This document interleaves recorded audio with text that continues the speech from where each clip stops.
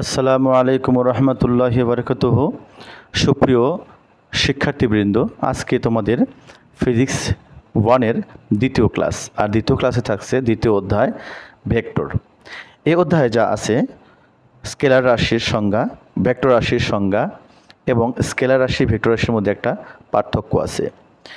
আশা করি মনোযোগ সহকারে শুনলে তোমাদের ভালো লাগবে। আর ভিডিওটি ভালো লাগলে অবশ্যই লাইক, সাবস্ক্রাইব করবে, তাহলে পরবর্তী ভিডিও পেতে কোনো সমস্যা হবে না। ধন্যবাদ। এবার এ পর্যায়ে শিখছি স্কেলার রাশি কী। যেসব ভৌত রাশির শুধু মান আছে কিন্তু দিক নেই তাদেরকে স্কেলার রাশি বা অদিক রাশি বলা হয়।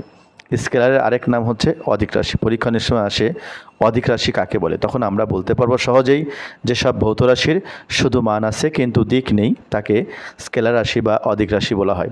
যেমন দৈর্ঘ্য, ভর, দ্রুতি, কাজ, এগুলোর কিন্তু কোনো রকম কি নাই, কোনো দিক নেই, তাই এগুলো সবই স্কেলার রাশি।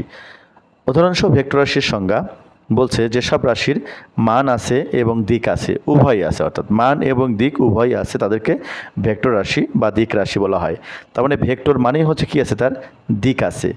যেমন বেগ, সরণ, ত্বরণ, বল। আমি ছোটোবেলায় এভাবে পড়তাম, সরণ, বেগ, ত্বরণ, ওজন, বল। সরণ, বেগ, ত্বরণ, ওজন, বল। তাহলে সহজেই এই পাঁচটা মুখস্থ করলেই বাকিগুলো সব কিছু কী হতো, সবগুলোই দিক রাশি বা স্কেলার রাশি হতো। তো এই পর্যায়ে আমরা শিখব ভেক্টর রাশি এবং স্কেলার রাশির মধ্যে একটা পার্থক্য আছে। এটা খুব ইম্পর্টেন্ট একটা প্রশ্ন। কখনো কখনো এভাবে আসে দিক রাশি, ভেক্টর না আসে দিক রাশি এবং অদিক রাশির পার্থক্য আসে, অদিক রাশি আসে। তো আমরা কী বলবো, প্রথমে সংজ্ঞা বলবো, যেসব রাশিকে সম্পূর্ণরূপে প্রকাশ করতে মান ও দিক উভয়ের প্রয়োজন হয় তাকে ভেক্টর রাশি বলা হয়। যেসব রাশিকে প্রকাশ করার জন্য শুধু মান দ্বারা প্রকাশ করা হয় তাদেরকে স্কেলার রাশি বলা হয়। স্কেলার রাশি প্রকাশ করতে মানের প্রয়োজন হয়, দিকের প্রয়োজন হয় না। আর দিক রাশি বা ভেক্টর রাশি প্রকাশ করতে মান, দিক সবই প্রয়োজন হয়। মান, দিক বা উভয় পরিবর্তন হলে ভেক্টর রাশি পরিবর্তন হয়, আর শুধু মানের পরিবর্তন হলে স্কেলার রাশি পরিবর্তন হয়। ভেক্টর রাশির যোগ, বিয়োগ, গুণ ইত্যাদি সাধারণ বীজগণিতিক নিয়মে হয় না, ভেক্টর বীজগণিতিক নিয়মে করতে হয়। স্কেলার রাশির যোগ, বিয়োগ সাধারণ নিয়মে হয়, গাণিতিক নিয়মে অনুসারে হয়। তো আমরা একটু দেখি কীরূপে হয়। যেমন বলছিলাম যে একটি ভেক্টর হচ্ছে 5 এদিকে দেওয়া আছে, বাট আরেকটা ভেক্টর আমি যোগ করব 2, তাহলে এটাও ভেক্টর এটাও ভেক্টর, কিন্তু এখানে আছে 5 এদিকে আর 2 আছে ধরো এদিকে। যদি যোগ বিয়োগ করতে যাই কখনই কিন্তু 7 ভেক্টর হবে না।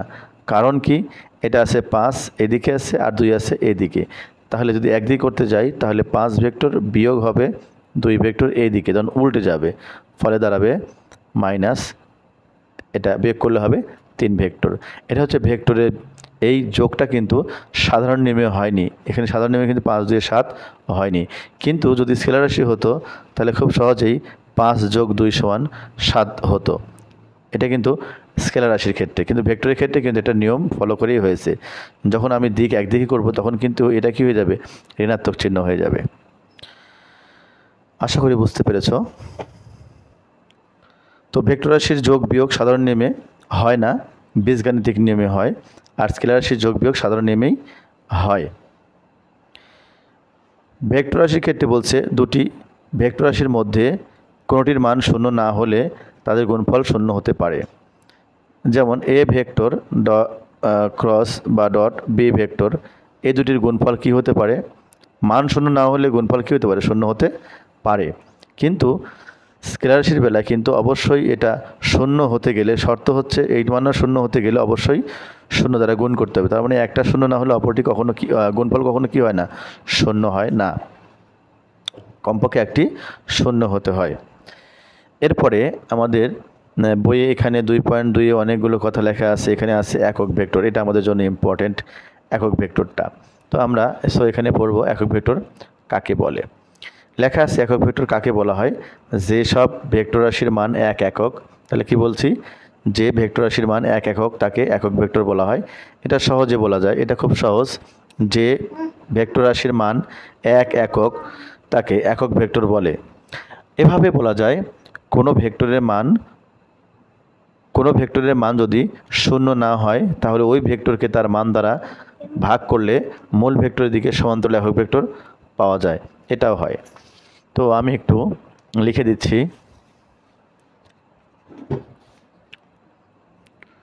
তোমরা দেখতে পাচ্ছ।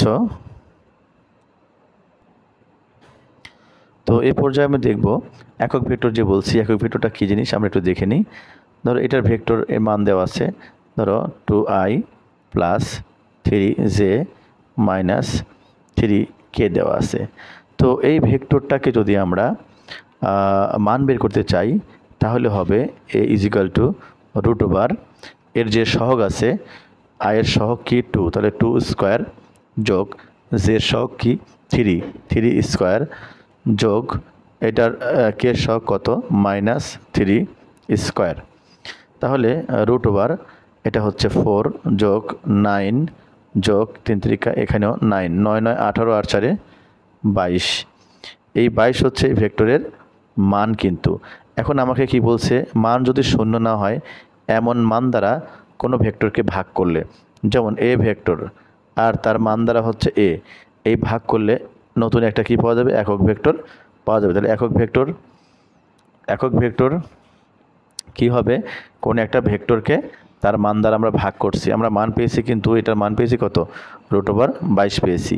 তাহলে এখন কি হবে, এখন হবে এই এ ভেক্টরটা ছিল 2i যোগ 3j - 3k, তাকে যদি আমরা √22 দ্বারা ভাগ করি তাহলে মূলত কি পাওয়া যাচ্ছে, এটা কিন্তু একটা একক ভেক্টর পাওয়া গেল। তাহলে দুইভাবে সংজ্ঞা দেওয়া যায়, যে ভেক্টরের মান 1 একক তাকে একক ভেক্টর বলে, যে ভেক্টরের মান কি 1 একক তাকে একক ভেক্টর বলে। অথবা হয় কোনো ভেক্টরকে তার মান দ্বারা ভাগ করলে যে ভেক্টর পাওয়া যায় তাকে একক ভেক্টর বলে। আশা করি বুঝতে পেরেছ। এ পাতায় অনেকগুলো ভেক্টর আছে, সমান ভেক্টর, বিপরীত ভেক্টর, তারপরে সদৃশ্য ভেক্টর, বিসদৃশ্য ভেক্টর, সমতলী ভেক্টর, সঠিক ভেক্টর। এগুলো আসলে পরীক্ষায় কোনোটাই আসে না, তাই এগুলো আমরা আলোচনা বিষয়বস্তু মনে করছি না। এরপরে আসছে শূন্য ভেক্টর, নাল ভেক্টর বা শূন্য ভেক্টর। এটা কি বলছে, যে ভেক্টরের মান শূন্য তাকে নাল ভেক্টর বলে, যে ভেক্টরের মান শূন্য তাকে নাল ভেক্টর বলে। নাল মানে কি, নাল মানে তো শূন্য, তাই যে ভেক্টরের মান শূন্য তাকে নাল ভেক্টর বা শূন্য ভেক্টর বলা হয়। এরপরে আমাদেরকে বলা হচ্ছে অবস্থান ভেক্টর কী জিনিস। অবস্থান ভেক্টর প্রসঙ্গ কাঠামোর মূল বিন্দুর সাপেক্ষে কোনো বিন্দুর অবস্থান যে ভেক্টর দ্বারা চিহ্নিত করা হয় তাকে ওই বিন্দুর অবস্থান ভেক্টর বলা হয়। প্রসঙ্গ কাঠামো কি, এই যে এক্স ওয়াই জেড, এই এক্স ওয়াই জেড আমরা বলছি, এই এক্স ওয়াই জেড ত্রিমাত্রিক স্থানাঙ্ক ব্যবস্থায় এই মাঝে যেটা আছে এটা হচ্ছে ও বিন্দু, এটা বলছি আমরা মূল বিন্দু। তো প্রসঙ্গ কাঠামোর মূল বিন্দুর সাপেক্ষে অন্য কোনো বিন্দুর অবস্থান যে ভেক্টর দ্বারা চিহ্নিত করা হয় তাকে অবস্থান ভেক্টর বলা হয়। আর একটু সহজভাবে বললে বোঝা যায় এইভাবে, যে এটা ধরো X Y Z, X Y Z, ধরো এখানে একটা বিন্দু আছে তার নাম হচ্ছে পি, এটা হচ্ছে ও। এখন দেখো এই প্রসঙ্গ কাঠামোর মূল বিন্দুর সাপেক্ষে অন্য একটি বিন্দুর অবস্থান, তার মানে এখানে কি মূলত ওপি, অন্য কোনো বিন্দুর অবস্থান যে ভেক্টর দ্বারা চিহ্নিত করা হয় তাকেই অবস্থান ভেক্টর বলা হয়। এরপরে আমরা ভেক্টরের সমান্তরাল একক ভেক্টর বের করা শিখেছি নিশ্চয়ই, যে কোনো ভেক্টরকে তার মান দ্বারা ভাগ করলে একক ভেক্টর পাওয়া যায়, এটা নিশ্চয়ই আমরা দেখলাম। এরপর এখানে আর কিছু তেমন কিছু নাই পড়ানোর মতো, এখানে আমাদের দরকার পড়ে না। আমরা চলে যাচ্ছি 38 পৃষ্ঠায় 2.4-এ আমরা আছি এখন। ভেক্টর রাশির অনুভূমিক এবং লম্ব বিভাজন, এটা আমাদের খুব একটা প্রয়োজন পড়ে না। আমরা চলে যাচ্ছি লম্বভাবে বিভাজনটা, এটা একটু দরকার আছে। লম্ব বিভাজনটা কি বলছে, যে শুধু এটা মনে রাখবো আমরা, তাহলে পরবর্তীতে সহজ হবে। সেটা হচ্ছে যে যখন কোনো একটা বেগ বা কোনো একটা বল আমরা প্রয়োগ করি কোথাও, সেই বলের দুইটা উপাংশ পাওয়া যায়। অথবা কোনো বেগ যদি আমরা কোনো বস্তু যদি কোনো বেগে চলতে থাকে তার যদি দুটো উপাংশ যদি বেগ বিভক্ত হয়ে যায় উপাংশে, তখন দুটি উপাংশে বিভক্ত হয়, একটাকে বলি আমরা উলম্ব উপাংশ, একটাকে বলি অনুভূমিক উপাংশ। তো সাধারণত যখন উলম্ব উপাংশ হয় তখন সাইন থিটা হয়, আর যখন আনুভূমিক উপাংশ হয় তখন সাধারণত কস থিটা হয়। অবশ্য কখনো কখনো উল্টাটাও হয়। যাই হোক, আমাদের এখন দরকার হচ্ছে দুটি ভেক্টরের ডট গুণ এবং ক্রস গুণ। এটা খুব ইম্পর্ট্যান্ট একটা প্রশ্ন। স্কেলার গুণ বা ডট গুণ কী জিনিস বলছে, দুটি ভেক্টর রাশির গুণফল যদি একটি স্কেলার রাশি হয় তবে এই গুণফলকে আমরা বলি স্কেলার গুণ বা ডট গুণ। আবার বলছে দুটি ভেক্টর রাশির গুণফল যদি একটি স্কেলার রাশি হয় তবে এরূপ গুণকে আমরা বলছি ডট গুণ বা স্কেলার গুণ। এটা কি জিনিস আমরা একটু দেখি।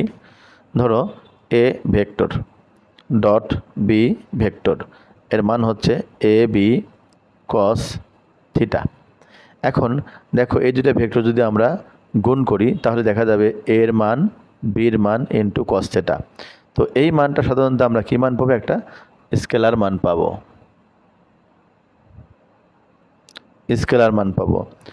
কিন্তু এ এ ক্রস বি যদি করি তাহলে দেখা যাবে এ বি সাইন থিটা একটা ইটা পাবো। এই যে ইটা পেলাম, এটা একটা নতুন ভেক্টর। তাহলে দুটি ভেক্টরের গুণফল যদি আরেকটি ভেক্টর রাশি হয় তবে এরূপ গুণকে আমরা বলি ক্রস গুণ। কী গুণ? ক্রস গুণ বা ভেক্টর গুণ।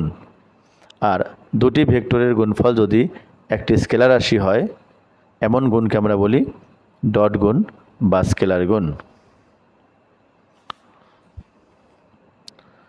অলরেডি আমরা স্কেলার গুণটা, আমরা ক্রস গুণটা একটু দেখে ফেলেছি। ক্রস গুণ কাকে বলে? দুটি ভেক্টর রাশির গুণফল যদি আরেকটি ভেক্টর রাশি হয় তবে তাকে এই গুণকে ডট গুণ, এক ভেক্টর গুণ বা ক্রস গুণ বলে। এখানে যে বিষয়টা আমাদের প্রয়োজন হবে সেটা হচ্ছে যে এটা বোঝার দরকার আছে আই জে কে, এবং আই ডট আই যখন আমরা করি I dot I J dot J K dot K equal to 1, I dot J equal to 0, J dot K equal to 0। তো এই যে আমরা বলছি এটা হয়, কিভাবে হয় এটা আমরা একটু প্রমাণ দেখাই।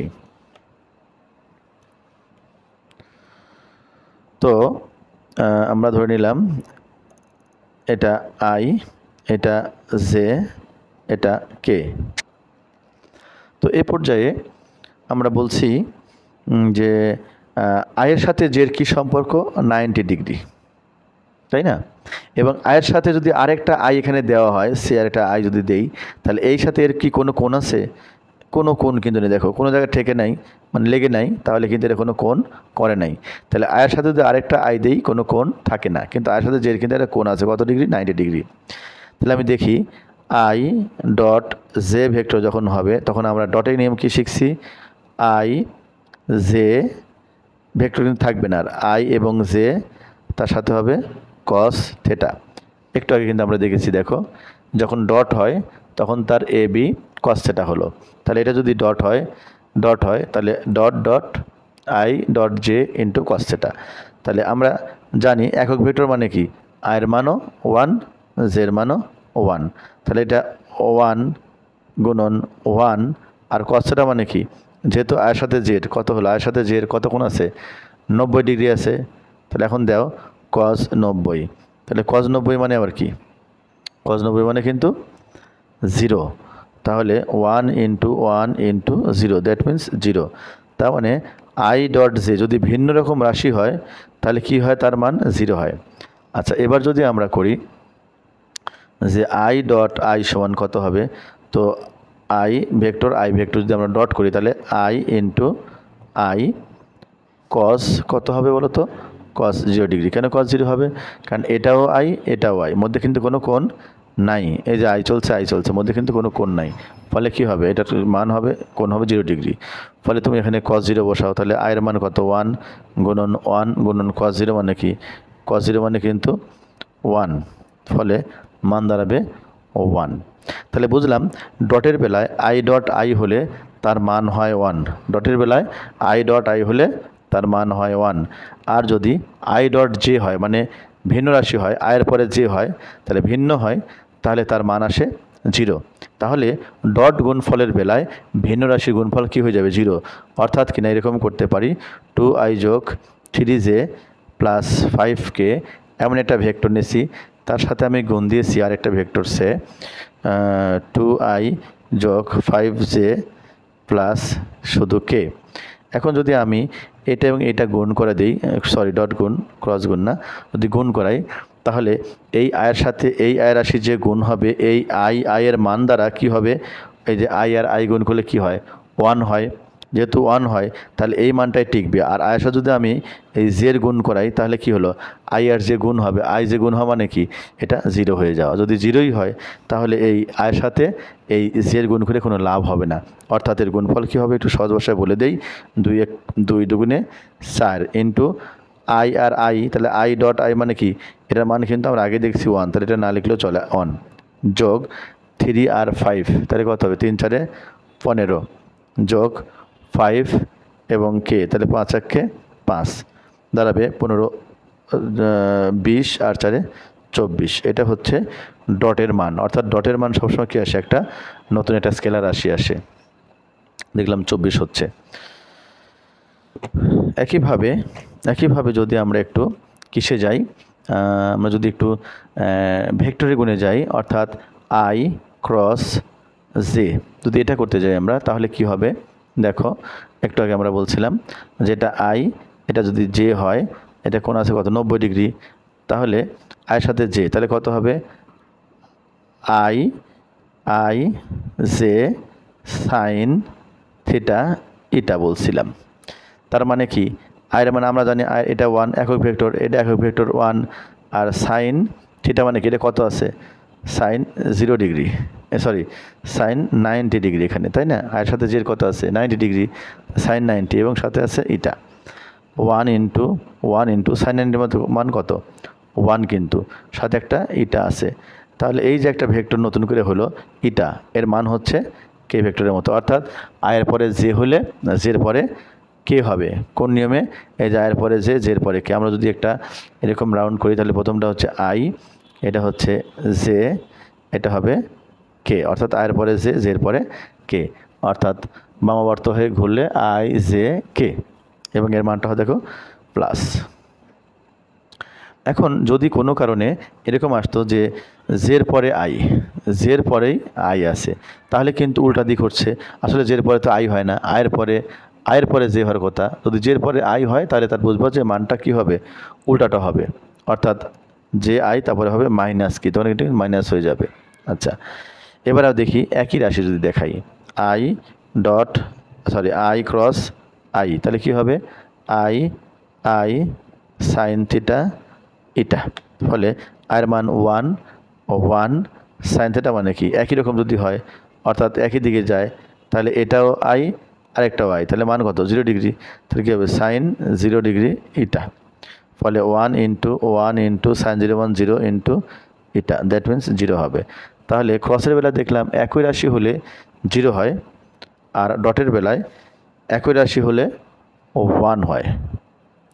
আবার ডটের বেলায় ভিন্ন রাশি হলে 0 হয়, ক্রসের বেলায় ভিন্ন রাশি হলে একটা মান পাওয়া যায়। তো তাই যদি হয়, তোমরা 41 পৃষ্ঠায় একটা অঙ্ক আছে, তোমরা একটু দেখতে পারো, এটা 2023 সালে পরীক্ষায় এসেছিল, খুব ইম্পর্ট্যান্ট একটা প্রশ্ন, যদি তোমরা করতে চাও আমি এখনই একটু করে দিচ্ছি। এটা প্রথমে একটু দেখে নিই, তোমাদের দেখাই। এর মান দেওয়া আছে A X I plus A Y J plus A Z K, এবং B vector is equal to B X I B Y J plus B Z K, A এবং বির ক্রস কত হবে। তো আমরা নর্মালি জানি ক্রসের বেলায় আই এবং একই যদি রাশি হয় আই হয় তাহলে 0 হয়, আর আই জে হলে তার মান কি হয়, পরেরটা হয় কে হয়, আর যদি জের পরে আই হয় তাহলে কি হয়, মাইনাস হয়ে যায়। তো এই অঙ্কটা এইভাবে বোঝানো যাবে না, অঙ্কটা একটু করে দিচ্ছি তোমাদেরকে।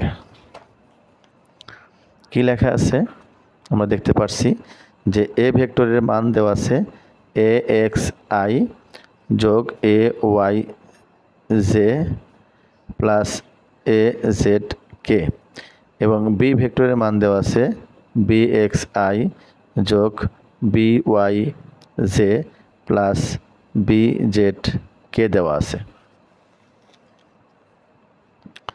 এখন তোমরা দেখো এটাকে আমরা কি করব, ক্রস গুণ করব, অর্থাৎ এ ক্রস বি ভেক্টর দেওয়া আছে। তাহলে এর মান কী হবে? এ এক্স আই যোগ A Y J plus A Z K, এটার সাথে কি হবে? ক্রস গুণ হবে B X I plus B Y J plus B Z K. তো ক্রস গুণের নিয়ম কি? আমরা বলছি যে একই রাশি হইলে 0 হয়ে যায়, তবু আমরা একটু লিখে দিচ্ছি প্রথমবার এ এক্স বি এক্স আর আই ক্রস আই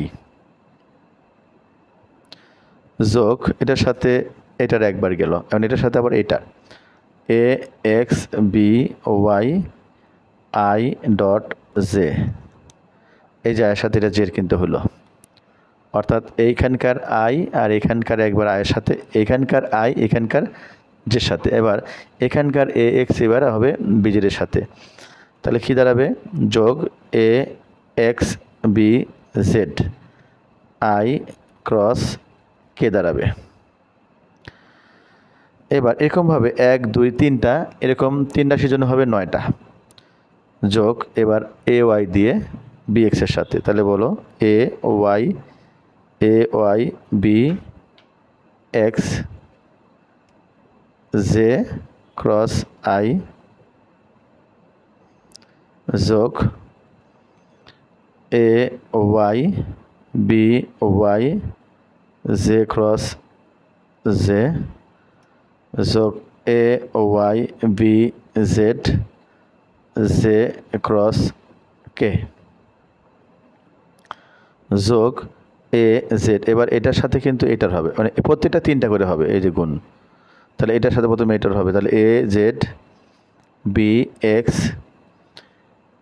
কে গুণন আই যোগ এ জেড বি ওয়াই কে গুণন জে যোগ এ জেড বি জেড কে গুণন কে। আমরা আগেই বলেছি ক্রসের বেলায় একই রাশি হলে 0 হয়ে যায়। আমরা কিন্তু একটু আগে কিন্তু আমরা প্রমাণ করে দেখিয়েছি যে যখন ক্রসের বেলা হয় তখন একই রাশি হলে আই ক্রস আই ছিল, তার মান ছিল কিন্তু 0, অর্থাৎ আই সাইন থেটা ইটা, ফলে এটার মান সাইন একই দিকের জন্য সাইন মানে 0 হয়ে গেছে, ফলে 0 হয়ে গেছে। আর আই ক্রস আই যেটা ছিল এটা কিন্তু আই ক্রস জে যখন ভিন্ন রাশি হয় তখন তার মান কি এসেছে? একটা ইটা। দ্যাট মিনস আয়ের পরে জে হলে কি হয়?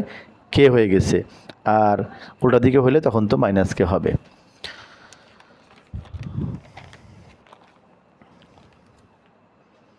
এখন তোমরা দেখতে পাচ্ছ যে এই আই ক্রসের কারণে 0 হয়ে গেছে, তারপরে জে 0 হয়ে গেছে এবং কে 0 হয়ে গেছে। তাহলে এখন থাকে কি? মূলত থাকে হচ্ছে এ এক্স বি ওয়াই, কিন্তু আয়ের পরে জে হওয়ার কারণে কি হবে? পরেরটা কি হবে? কে হবে কিন্তু, যোগ এ এক্স বি জেড, আয়ের পরে কে হওয়ার কথা ছিল আয়ের পরে জে, কিন্তু হয়ে গেছে কি? কে। তার মানে নিয়ম ফলো করে নেই। নিয়ম ফলো না করলে সেটা কি হয়ে যাবে? যদি নিয়ম ফলো না করে তাহলে সেটা ঋণাত্মক চিহ্ন হয়ে যায়, অর্থাৎ A x B Z minus J. এরপরে যোগ A Y B x J এর পরে যেহেতু আই এটা ফলো করে নাই, এটা হবে কি? মাইনাস কে যোগ এটা 0 হয়ে গেছে, এটা দেখো এ ওয়াই বি জেড, তাহলে এ ওয়াই বি জেড জের পরে কে, তাহলে নিয়ম ফলো করছে, তাহলে হবে আই যোগ কে এর পরে আই, তাহলে এ জেড বি এক্স, কে এর পরে আই মানে কি? নিয়ম ফলো করছে না করে নাই? কে এর পরে আই তো হয়, তাহলে নিয়ম ফলো করছে, তাহলে এবার হবে জে যোগ এবার কি আছে? A Z B Y, A Z B Y, K এর পরে জে হয় না, কে এর পরে মূলত আই হয়, এজন্য মাইনাস আই ভেক্টর। এখন আমরা এটাকে সাজাবো, একটু প্লাস মাইনাস করে নেই। A x B Y k plus minus হবে, এটা মাইনাস গুণ হলে minus a x B Z j, এটাও minus a Y B x k plus A Y B Z i plus A Z B x j minus A Z B Y i. এখন আমরা দেখব আইগুলোকে একদিক নিব। তো এখানে এটা আই আছে, এটা আই আছে, কিন্তু প্লাস কোনটা? এটা প্লাস আছে, তাই আমরা নিলাম আই আগে। এটা ছিল, এটা হবে এ ওয়াই বি জেড, আমরা আই কমন নিচ্ছি, minus A Z B y. এরপর আমরা জে নেব। জে দেখো, এটা জে আছে, এটা জে আছে, কিন্তু নির্ণয়কের একটা নিয়ম আছে, যে নিয়মটা তোমরা এখনও হয়তো শেখো নাই, বা ফার্স্ট সেমিস্টার যারা ম্যাথ করছো, যারা সেকেন্ড সেমিস্টার আছো তারা কিন্তু অবশ্যই করছো। সেই ক্ষেত্রে মাঝে একটা ঋণাত্মক চিহ্ন হয়, সেটা নির্ণয়কের ক্ষেত্রে। তো আমরা এখানে তাহলে এখানে যে কমন নিব, তাহলে যে কমন নিলে কী হবে? A x B Z minus A Z B X plus, আমি যদি কে কমন নেই তাহলে দেখো এটা প্লাসের, এটা মাইনাসের, তাহলে কে কমন নিলে কী হবে? A x B Y minus a Y B x. তো এখানে কিন্তু আমাদের মোটামুটি হয়ে গেছে। এখন তারা চাচ্ছে কি একটু দেখি। তারা চাচ্ছে হচ্ছে, আমাদের কিন্তু এই পর্যন্ত অলরেডি আমরা লিখে ফেলেছি। এখন তারা চাচ্ছে একটা নির্ণয় করতে। তো নির্ণয়কের নিয়ম কি? আমরা আই যখন কমন নেই, যখন আই কমন নেই তখন হচ্ছে এই সারিবাদ কলামবাদ, তাহলে থাকে কি এ ওয়াই বি জেড বিয়োগ চিহ্ন এ জেড বি ওয়াই। তো এখন আমরা দেখি এই নিয়মটা আমাদের যেহেতু ফলো করছে, দেখো আমরা যদি এখানে একটু তৈরি করি তাদের মতো করে সহজ ভাষায়, আমি বেশি কঠিন করব না, আই জে এবং যদি কে করি, তো এখানে লেখো A X A Y A Z B X B Y B Z. দেখো এটা নিয়মটা ফলো করছে। যদি আমি আই ধরি তাহলে এই কলামবাদ সারিবাদ, তাহলে কি থাকে? এ ওয়াই বি জেড কী থাকে? এ ওয়াই বি জেড, ঠিক আছে, বিয়োগ চিহ্ন, তাহলে এটা বাদ এটা বাদ, কিন্তু তাহলে কী থাকবে? এ জেড বি ওয়াই মিলছে। এবার যখন যে ধরবো তখন এই লাইন বাদ এই লাইন, এই কলাম বাদ এই সারি বাদ, তাহলে কি হবে? এ এক্স বি জেড, দেখো এ এক্স বি জেড মিলছে, বিয়োগ চিহ্ন মাঝে হয় এ এ জেড বি এক্স, দেখো মিলছে। যখন কে নেব তখন এই কলাম বাদ সারি বাদ, তাহলে কি হবে? A x B Y A x B Y R B x A Y, দেখো সব মিলে গেছে। তাহলে আমরা বলতে পারি উত্তর হয়ে গেছে। ধন্যবাদ সবাইকে। আসসালামু আলাইকুম ওয়া রাহমাতুল্লাহি ওয়া বারাকাতুহু।